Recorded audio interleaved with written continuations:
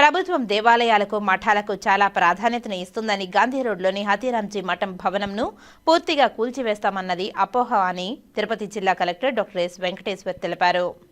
శనివారం స్థానిక గాంధీ రోడ్లోని హతీరాంజీ మఠం భవనంను తిరుపతి శాసనసభ్యులు ఆరణి శ్రీనివాసులు, నగరపాలక సంస్థ కమిషనర్ నారపిరెడ్డి మౌర్యతో కలిసి తిరుపతి జిల్లా కలెక్టర్ డాక్టర్ ఎస్ వెంకటేశ్వర్ పరిశీలించారు. ఈ సందర్భంగా కలెక్టర్ మాట్లాడుతూ హతీరాంజీ మఠం 120 సంవత్సరాలు చరిత్ర కలిగిందని తెలిపారు. మఠంలో హతీరాంజీ భక్తులు, స్వామీజీలు, సాధువులు, స్వామివారి దర్శనానికి వచ్చే భక్తులకు ఇక్కడ అన్నదాన కార్యక్రమాలు కూడా జరిగేవని తెలిపారు. కాలక్రమేణా మఠం రీజనల్ ఎండోమెంట్ కార్యాలయం, కోర్టు కూడా ఉండేదని తెలిపారు. గడిచిన 30-40 సంవత్సరాల నుంచి మఠం వాళ్లు 60 షాపులకు పైగా అద్దెకు ఇవ్వడం జరిగిందని తెలిపారు.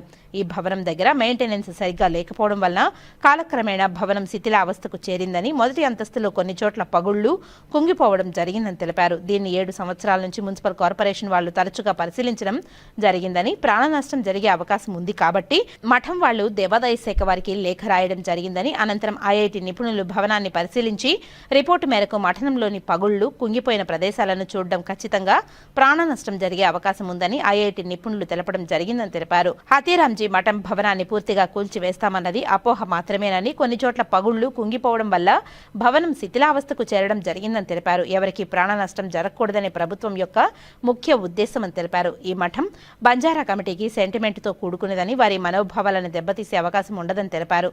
కుంగిన, పగుళ్లు వచ్చిన ప్రాంతాలలో మాత్రమే ఏమి చేయాలి అనేది ప్రత్యామ్నాయ నిర్ణయాలు తీసుకోవడం జరుగుతుందని తెలిపారు. ఐఐటి నిపుణులు ఇచ్చిన రిపోర్టు మేరకు శాసనసభ్యులు, కమిషనర్, సాధువులు, షాప్ ఓనర్లతో కలిసి చర్చించుకుని తగు నిర్ణయాలు తెలపడం జరుగుతుందని తెలిపారు.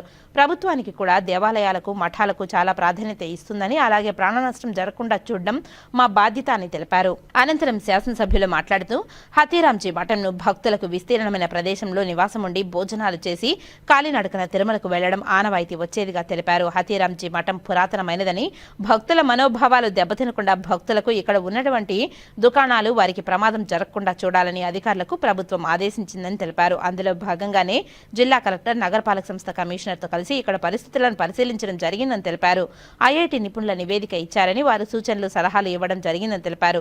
భవనాన్ని పూర్తిగా కూల్చివేస్తామని మీడియా ద్వారా అపోహలు రావడం జరిగిందని, తెలంగాణ, మహారాష్ట్ర, పాండిచ్చేరి మఠాధిపతులు ఈ భవనాన్ని కూల్చకూడదని తెలిపారు. జిల్లా కలెక్టర్, ఐఐటి నిపుణులు ఈ భవనాన్ని క్షుణ్ణంగా పరిశీలించడం జరిగిందని, ఈ సమస్యను పరిష్కరించే దిశగా చూస్తామని తెలిపారు. ఈ కార్యక్రమంలో green and beautification chairman Sugunamma, deputy మేయర్లు Mudra Narayana, RC Munikrishna, Yadav corporation chairman Narasimha Yadav, హస్తకళ కార్పొరేషన్ చైర్మన్ పసుపులేటి హరిప్రసాద్, మఠం ఏవో బాపిరెడ్డి తదితరులు పాల్గొన్నారు.